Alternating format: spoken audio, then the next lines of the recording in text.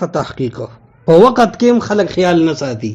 اوله مسله دلته د وخت د په صدقه الفطر او سرسایه کې او هغه دا دی چې صدقه الفطر دی لفظ ته وګوره، سرسایه چې وته وي دا فطر څه ته وي؟ دا آزادېدو ته وي چې ته د روزو نه آزاد شي. فطر آزادېدل او روزه څه ته وي؟ امساک بندېدل.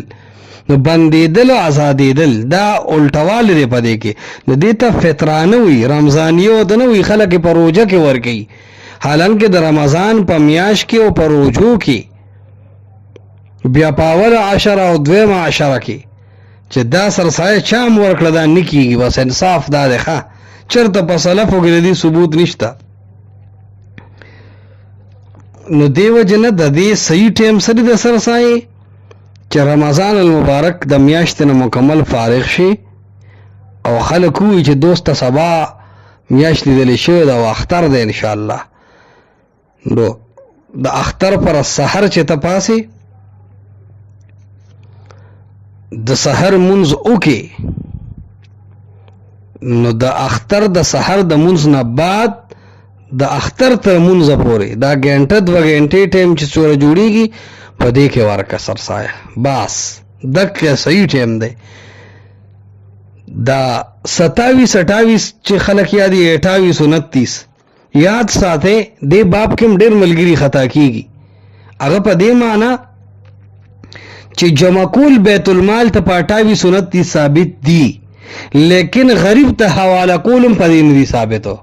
نو دې د وجه نه صرف د اختر په ورځ به سرسایه ورکولی شي، فطرانه به ورکولی شي. د اختر نه مخکې په روزه کې خو بالکل ټیک نه ده. او بیا د 28-29 چې دي نو دا به دا وي چې راجمه به شوي یو کس ته او بیا به د اختر پر ورځ ورته حواله کولې، یعنی مسکینانو ته حواله کول دا صرف د اختر په ورځ باندې دي، دا نه په 28-29 باندې دي، رمضان باندې دي، نه په روزه کې دي. لکه ټول عوام په دې باب کې ډېر زیات خطا کېږي او د عالم خو مني نه، او همیشه د هغه مولا مني چې هغه سره دلیل نه، هغه صرف غټ پټکې وایي او په خلکو کې په علم مشهوري.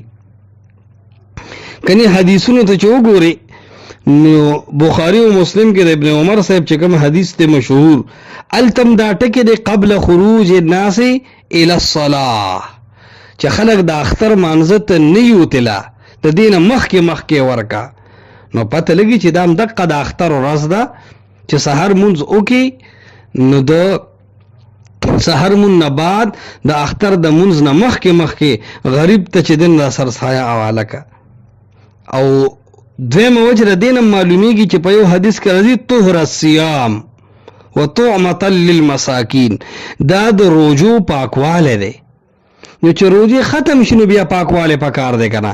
دا څه خو نه ده چې د روزو منځ دی لاته ته یو روزه دو پاتې دی او ته سرسایه ورکې، نه دا خو د ټولو روزو نه پس ورکانو په ټولو روزو کې چې کم غیب راغلی دی الله به د سرسایه د وجې نه پوره کړي.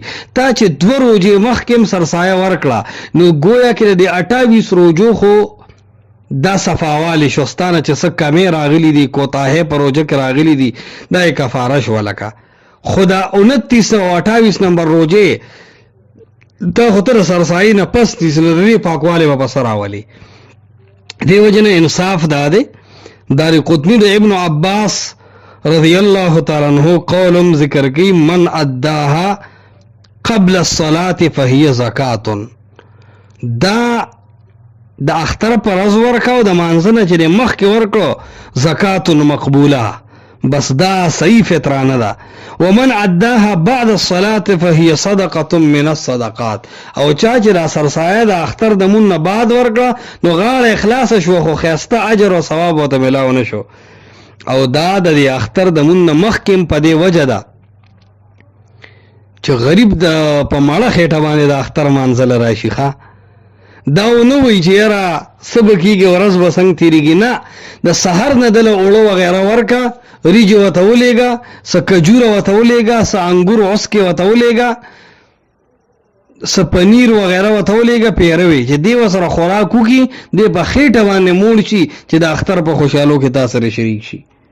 دا اوله خبره په دې باب کې دا وخت پیژندل د سرسایې چې دا خلک خطا کیږي. دا صرف د یو ورځ ده، د اختر ورځ 28 29 باندې راجمع کولی شي. خیر د 10 ورځې مخکې هم راجمع کا، جمع کول ځان له شي. خو مسکین ته چې کله حواله کې نو دا به د علی چې ټولې روزې ختم شي، چې تر کومې روزې پوره ختم نه دي نو سرسایه به نه ورکې، کني دا نه کېږي ښه. او دویمه خبر دا چې اکثر خلک وی چې دا به وی او کنه چې دا سرسایه مال دی، نو تصریح په دې باب کې ضروري نه ده. مسکین له چې تا د اختر د منځ نه مخکې څه شی ورکو، غنم اوربشي کجوره څه خوراک، نو بس خو په دې باندې پوه شو کنه چې دا سرسایه ده. ټیم مقرر ده، ټیم قرینه ده په دې چې دا سرسایه ده. نو په خوله باندې ویل دا څه ضروري دي نه چې ګنې زه تا ته ووایم چې هلکه دا پیسې واخله، دا غنم واخله وغیره او دا سرسایه ده. نه، تصریح پکې ضروري نه ده. اوس مستحقین څوک دي؟ دا درېیمه خبره ده. نو هر مسکین چې د هغه خرچه تا باندې لازمه ده، بس هغه چې کم دی لازم نه ده هغه له به ورکې. لکه غریب لی ورکا، بس غریب لی ورکا. رور د نه جدا دی نو د رور خرچم په سړي د لازم، رور لیم ورکولی شي. خور د نه جدا ده، واده شوې ده او غریبه ده، خور لیم ورکولی شي. ها که مور پلار دی غریبانه نی، ام مور پلار د به سرسایه نه ورکې، ځکه پتا لازم دی چې په مور پلار خرچه وکړي، نو هسې نه سرسایه دی په خرچه کې شمار کړي. او دارنګې زوی له به هم نه ورکې، ځکه پتا باندې لازم دي چې د زوی خیال وساتي، په زوی باندې خرچه وکړي، نو زوی له به هم نه ورکې. نو رور له او خور له ورکولی شي، ماسی او پپو له ورکا، ځکه د هغې خرچې پتا لازم نه دي. دې کې ډېره فایده دا ده چې خپلولي دې هم وساتله او د هغې د غریبۍ دې هم لحاظ وکړو. او دومره یاد ساته، حدیث عام دی رستو به راشي چې هر سړی دی دا ورکی، غریب دیم ورکی سرسایه او مالدار دیم ورکی سرسایه. ښه صحیح ده. او هر غریب ته ورکوه، بس اصول او فروع کې مو ورکوه. د چا خرچه چې پتا لازم ده، لکه مور پلار شو، خاون به ګورې ښځې له نه ورکي. وجه دا ده چې په خاون لازم دي چې په ښځه خرچه وکړي. ښځه چې خاون لشي ورکوي، خو دومره شبهه ده چې داسې نه چې دا مال خاون بیا په دې ښځه وخوري، نو شبهه قدرې ده پکې، نو جایز ده چې ښځه خپل خاوند له ورکي. نو دا په دې انداز باندې ده. ګوره یو سړی دی، هغه به د خپل غلام د طرف هم ورکي، ښه، او لور دی دا زوی دی د نابالغه دا غي وس نشته، نو پلار له پکار دی چې د خپل لور نابالغ زوی له طرفه چې کم دی نو سرسایه ورکی، سرسایه ورکی. که ډیر ماشوم دی خو چې هغه روجه کې موجود او ژوند دی نو دا هغه سرسایه ورکا. ٹھیک شو؟ دا ستا پاکواله دی، دا نه چې کنه ته و چې دا خو نابالغ ماشومان دي نو د دې خو روجې نشته، نو د دې نه څه ګناهونه پاک کیږي. نه، ستا ګناهونه په دې سره الله سبحانه وتعالی پاکي. او څلورمه خبره دلته د نصاب ډېره زیاته کیږي. نو دا خبره غلطه ده چې ګنې صدقه فطر به هر هغه سړی ورکوي چې هغه سره کالی وي او د زکات نصاب ولا شرط ګړي. نه، دا بالکل بے بنیاده خبره ده. حدیث کې داسې دي، ما یغدیه و یغشیه، الفاظ بس حدیث کې دک دي چې سړی سار او ماخام روټه مونی، سار اخري ماخام ورکر درک لګي، او ماخام اخري سار ورکر درک لګي، بس دا سړی تکړه دی او دې سرسایه ورکی. ښه، یو سړی غریب دی نو دې بل ورکی، او چې غریب دی نو غستیم شي. دا نه چې یو غریب بل سرسایه ورکړي دې بوز نه علی، نه، غریب غستیم شي ورکولیم شي. دا یاد ساته. حدیث کی راضی اگر چې ضعیف دی فیزکیه الله، مالدار سړی چې کله سرسایه ورکي نو الله داغه ګناونه معاف کی، الله روزه پاک کی، دی پاکی. او مسکین چې کله سرسایه ورکي، اما فقیرکم فیرد علیه اکثر مما اعطاه. دا حدیث اگر چې ضعیف دی، وی مالدار په الله پاکی او که غریب سړی سرسایه ورکړه نو هم بده نه ده. وجه دا ده چې کله د غریب سړی بل چاله سرسایه ورکړه نو الله به دته د ډیرو خلکو سرسایه را واپس کی. د یو کس له ورکړه او 100 کسان به په د باندې او ترسیږي وی به دا سړی غریب دی یاره نو دله به 100 کسان سرسایه ورکی. نو مثال په تور باندې د یو 2.5-3 کیلو غنم ورکړو او دله به خلک کېدی چې روغه تروړه راوړي نو الله سبحانه وتعالی به فضل وکي. نو مسکین او غریب سړی دی بل سرسایه ورکول هم شي او اغستې هم شي. بس هغه سړی دی واخلي سرسایه چې غریبي چې وسې نه اده سرسایه واخلي او چې وسې دی نو بس هغه د کوشش وکړي چې بل دی ورکی نو دې کې ډېر زیات خیری چې څومره دا شی غریب ته ورسی نو دې کې ډېر زیات خیری. احناف علما وایي چې یاره دې کې د نصاب شرط دی چې کم سړی سره 19 تولې سره زر یا 52 تولې سپین زر یا 1,40,000 روپونه په بره پیسې وي هغه به ورکي. خدا مونږ چې ته حدیث کې نه دی لیدلې چې په دې کې صاحب نصاب د پر هغه څه شرط مرت لګولي. او بخاری او مسلم کې د ابن عمر روایت دی هغه وی علی العبد والحر والذکر والانثى والصغير والكبير من المسلمين. ابو داود نسائی کی راضی او بل حدیث کی راضی علی کل حر او مملوک که آزاد وی که غلام وی نو داغه خیال پدې کې وساته. پنځمه خبره د باب کې راځي چې را حکم یې څه دی فرض ده ضروری ده نه ده. محققین علما چې څومره دی هغه وی چې سرسایه فرض ده او لکه د بخاری او مسلم د ابن عمر د حدیث نه معلومیږي چې الته ټکی دا سره چې فرض رسول الله صلی الله علیه وسلم کله فرمای اخرجوا صدقه صومکم امر ده امر بها ان تؤدى بل حدیث کې دی واجبۃ علی کل مسلم. دیو جن امام شافعی او امام احمد بن حنبل رحم الله علیه وی چې دا فرض دی. امام مالک وی چې سرسایه سنت مؤکده احناف واجب کړي او صحیح خبردار چې سرسایه فرض ده او ضروری ده هر سړی دی ورکیخه. نو بیا خصوصا هغه کس چې هغه سار روټه وخوري او ماسپهین له پریشان نه د ماسپهین درک ورکر لګي ماخام درک ورکر لګي بس دا سړی دی سرسایه ورکی اگر که د سره سره زر او سپین زر نشته او نغد وسره ډیر نشته. شپږم خبره د باب کې حکمتونه او فائدې سری سرسایه.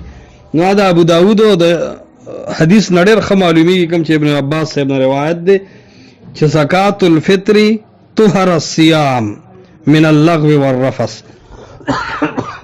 دا سرسایه چینو دا د روزو پاکواله دی. روزه کې خامخ انسان نه ګناونه غلطه لغو رفث شوی نو یو خو په د سړی روزه پاکیږي. دویم طعمه للمساکین دا د مسکینانو د پاره خوراک دی بنک.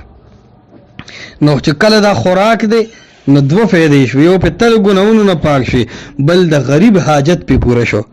ا دې طهر الصيام نم معلومیږي چې دا سرسایه به د روزې نه پس ورکې چې روزې ختم شي نو بیا خلک پاکواله کوي. او طعمه للمساکین نم دا معلومیږي د اختر پر ورځ ورکا چې غریبانان دا د اختر په خوشحالو کې شریک شي.